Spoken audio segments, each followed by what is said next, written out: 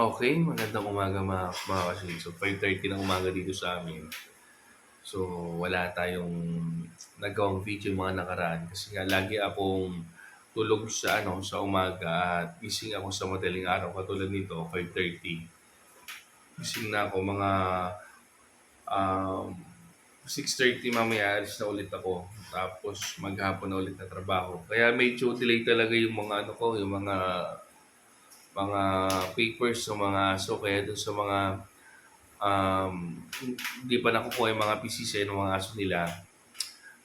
Pasensya na po. Malapit na matapos, konting-konti na lang. At ayun, ang mahalaga, yung kagabi nga um, mga parang 11 na ng gabi nagpalalamog tayo ng ng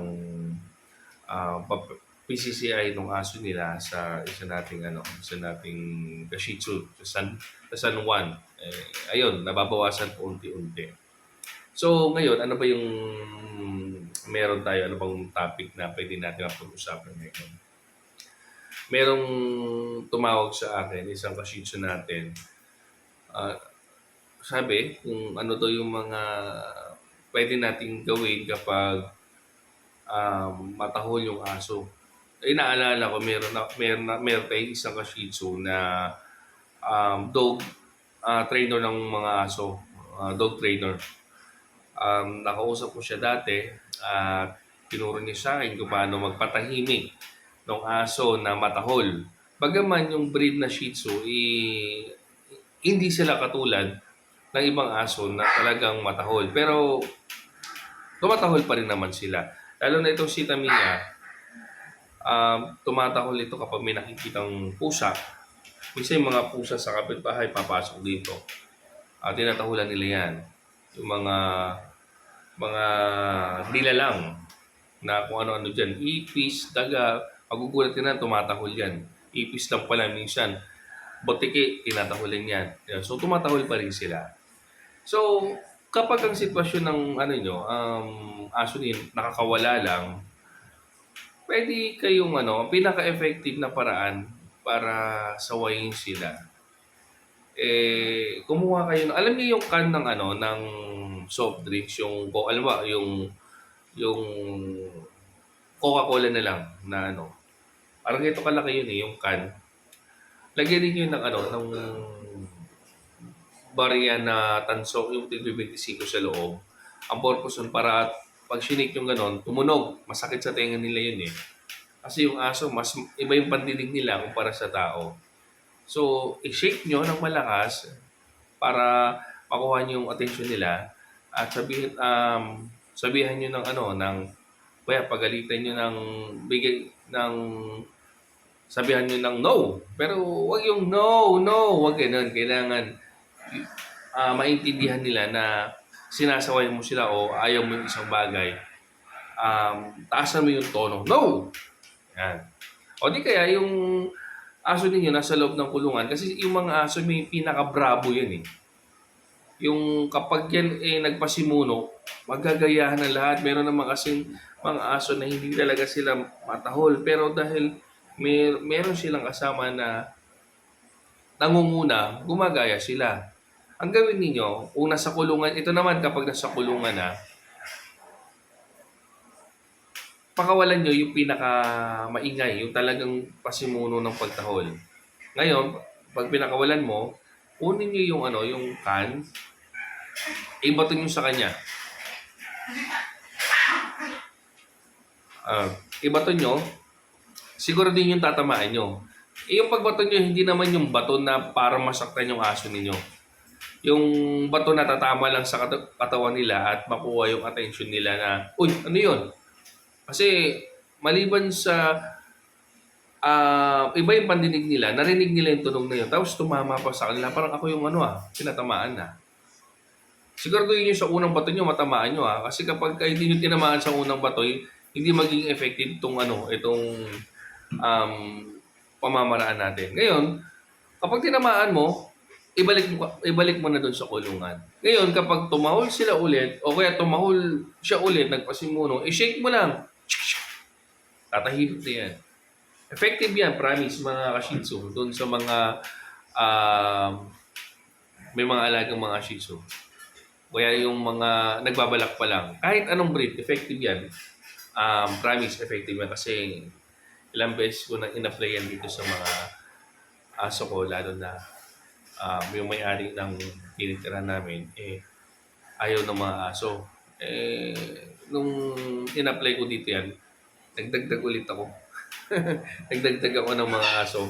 Kasi limitado lang yung aso dito sa bahay. Then nakokontrol ko na yung pagtawag nila. So, nagdagdag ako ng 2. So, ayun. Yun yung isa sa mga pamamaraan para matulungan natin yung mga kapwa Shih Tzu, kaya yung yung kapitbahay natin na naaabala doon sa pagtawal ng aso. Makakatulong tayo sa kanila. So, ayun. At yung isa pa palang yung tinatawag pansin natin, Mami, reklamo ko ng kape. Kapatid tayo ng kape, alis ako mamaya. Yung isa pang problema na tinatawag pansin sa atin ng mga Shih Tzu owner, yung pangangagat ng aso nila, yung mga tuta nila, yung pag-play bite. So, ang gawin ninyo mga ka-Shih Tzu, epekto kasi yan kapag masyadong maaga pang naghiwalay sa nanay yung mga tuta, yan. Masyado silang excited, harot sila. Sa kanila kasi laro lang naman yan, hindi naman nila alam yan So, okay yung yung mga konting-konting magaan na kagat, okay lang yun. Pero pag medyo madiin na yung kagat at masakit, iba na yun. Kailangan nating makorek. Kasi kapag hindi natin nakorek yun, lalaki silang ganon. Parang nagpi-play bite. So, ano ba yung ginagawa ko doon na pwede nyo rin gawin? Yung isang pwede ninyong gawin kapag nangangagat yung aso ninyo. Bigyan nyo ng laruan. Kasi minsan nangangati yung gilagi nila, nagingipis. Bigyan nyo sila nung pwede nilang malaro. Tapos, hindi kaya kung nangangagat sila, ang gawin ninyo, diba, kinagat kayo kahit mahina lang. Ang gawin ninyo, umacting kayo na nasaktan kayo. Halimbawa, nangangagat siya. Ouch! Gumamit kayo ng tunog na magtataka sila. Uy, ano yun? Parang nakagat ko ata si amo. Nakagat ko ata si mami, si daddy. Tapos wag niyo silang pansinin ng mga 5 to 10 minutes. Yan. Isa 5 minutes, tama na Yan. Effective yan, promise. Mia! No! Yan lang. Nakikinig na sila. So, yun ang gawin niyo mga ka-Shih Tzu. Madali lang naman yun at kailangan sa isang subok ninyo, 2 subok ninyo, hindi naman kaagad yan maging effective. Kailangan din patuluyan, di ba? Patuluyan kasi tinitrain mo sila. Kapag nangagat, mag-react ka ng ouch! Tapos yung ipakita mo parang nasaktan ka. Tapos mo silang pansinin. Maya-maya mo na pansinin. Yan, marirealize nila na mali yung ginagawa nila. Yun ang gawin ninyo. Tapos, yung isa pang ito pa, maliban dun sa play bite sa mga kamay sa paan natin, ang isa pa sa naging problema ng mga ka-Shih Tzu natin, yung ginangat-ngat yung dingding. Na-try nyo na ba yan, yung mga aso ninyo? Ginangat-ngat yung ref ninyo, yung gilid, yung ilalim ng puan ninyo. So, kailangan nyo silang pagalitan ng taasan yung boses nyo. Sabihin, pagalit nyo, halimbawa, no! Yan. Yung iba kasi mga dog owner, nakikita ko, no baby, no. Hindi nila maiintindihan yun. Ang dating pa nga sa kanila, tama yung ginagawa nila. So, pagkatapos nyo silang pagalitan, halimbawa, Tamiya, no! Ganun ang ginawa ninyo. Bigyan nyo sila ng sarili nilang laruan na pwede nilang paglaruan. Tapos kapag katama naman yung kanilang nilalaro, tama yung ginangat-ngat nila, bigyan nyo ng papuri. Very good. Yan. Very good. Tapos kung meron kayong pagkain na gusto nyo, bigyan nyo ng premyo. Lagi nyo gagawin yun. At pagtyagaan nyo lang kasi hindi makukuha sa isa, dalawa, tatlo yon. Pero effective yan yung mga i-share natin.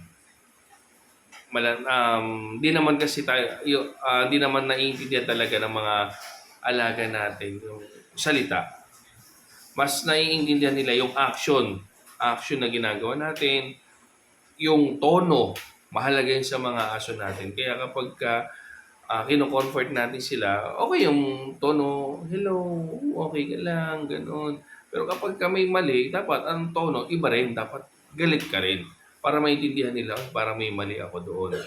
Para malaman kung ano yung tama at mali, kapag nakakatanggap sila ng premyo o papuri, alam nilang mali yung bagay na ginagawa nila. Halimbawa, ganito, nung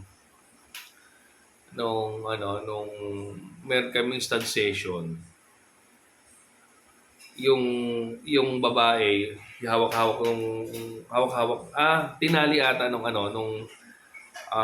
shooter kasi nangangagat. First time may stud, madalas suplada talaga. Tapos umiiyak siya ng malakas na malakas. Parang akala mo kinakatay.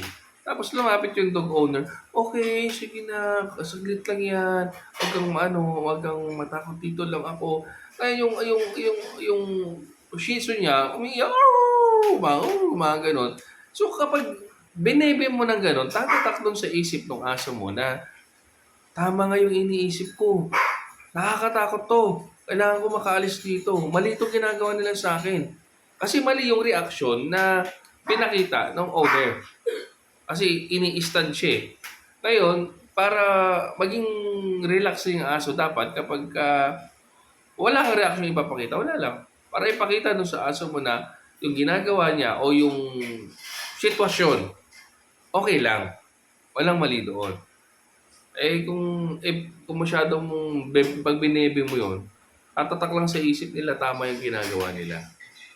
Diba? Pagka mali, pagalitan, pagka tama, bigyan ng award, himasin. Kung wala kang maibigay na pagkain, himasin mo. Yun ang reward nila. Okay, so yun lang mga ka-Shih Tzu. Yung ano pa ba yung iba na nagiging common problem ng mga dog owner? Yung isa, yung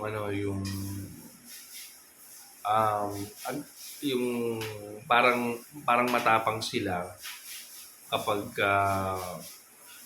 may ibang tao. Sino naka-experience sa inyo yan? Aggressive sila. Merong ganun eh. Pag pure breed kasi, bihira ka makita ng yung aggressive na Shih Tzu.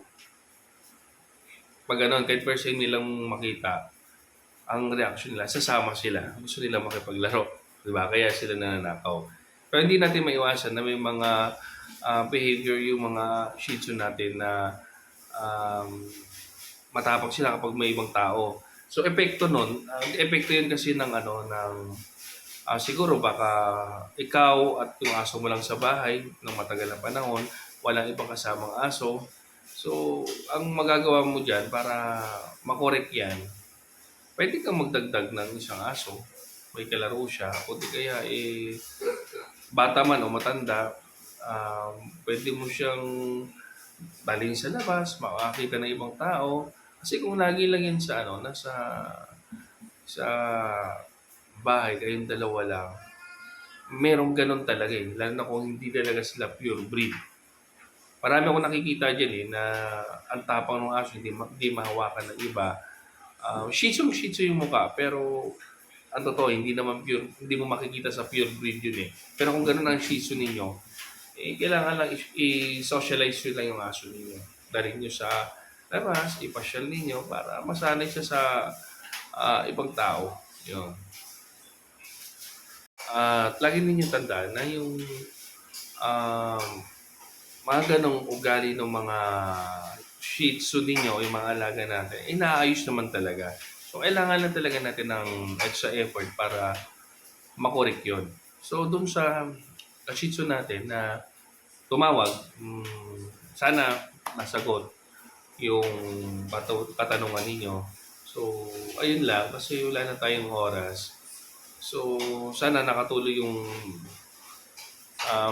mga na-share natin. At kung ano pala, kung meron kayong tanong, siguro dumiretso na kayo sa page. Kasi sa page na sasagot ko na. Pero kapag dito sa YouTube, pwede rin kayo mag-comment kapag nabasa ko. O di kaya kung gusto niyo talaga ako na masagot kagad nyo, sa page na kayo kagad message. Kasi pag dito sa comment section ng YouTube natin, hindi ko kagad napapansin. So, ayun. Tapos, meron pala akong next week, mag-upgrade na pala ako ng male Shih Tzu, yung pang-stud natin. Mag-upgrade ako. Kaya, kilala niyo si Macho, yan. So, for sale na siya ngayon. So, binibenta ko siya. Kaya, dun sa mga gustong baka kailangan ninyo ng mga pang-stud or kailangan ninyo ng pang-partner sa aso ninyo o panlahi. So, baka magustuhan nyo si Macho. Pag-message kayo sa page, sa Sapporo PH. So, doon tayo mag-usap. Pag-usapan natin yung presyo. Ang edad ni Macho, 2 taon na siya. Ang isang taon, hindi siya nagamit. So, parang inalagaan lang siya sa loob ng 1 taon. Tapos, yung sumunod na taon, doon pa lang naman siya nagamit. Doon pa lang siya nag-start mag-stud. So, parang lumalabas na 1 taon pa lang siya sa akin. 1 taon ko pa lang siya nagagamit. Kasi yung unang taon kasi, puro pag-aalaga eh. Yun. Ngayon, 6,000 yung stud session nito ni Macho. 6,000 yung single ko. Kumikita ito ng 24,000 monthly. Pinakamababang kinikita nito, 12,000 yan. Kapag pinagpapapahinga ko mga ngayon, 12,000. Kung balak nyo pasukin ang stud session. Pero kung pampet lang, pang stud nyo lang, pwede naman. So, kung interesado kayo, at kung gusto ninyo rin na... Kasi kung sakaling kukunin nyo to si Macho, at medyo malapit kayo sa akin, pwede ko kayong pasahan ng kliyente. Kasi may mga kliyente na ito si Macho na hinahanap-hanap na siya. So, kahapon lang, galing ako ng Pasig, nagpa-stud kay Macho. Kapag hinanap ulit si Macho, at nasa inyo na si Macho, kayo na ituturo ko, kayo na nung kliyente ko na mag-usap doon sa stud session ninyo. So, advantage din doon sa mga kukuha kay Macho sa bagong owner niya kasi instant na kaagad to, instant anong tawag dito, income na ito. Pwede na kaagad siya magamit. So, sa ibang mga tanong ninyo, mag-mensahe na lang kayo kasi mag-almusal na ako at aalis na. So, thank you mga ka-Shih Tzu. Sa susunod ulit. So, bye-bye.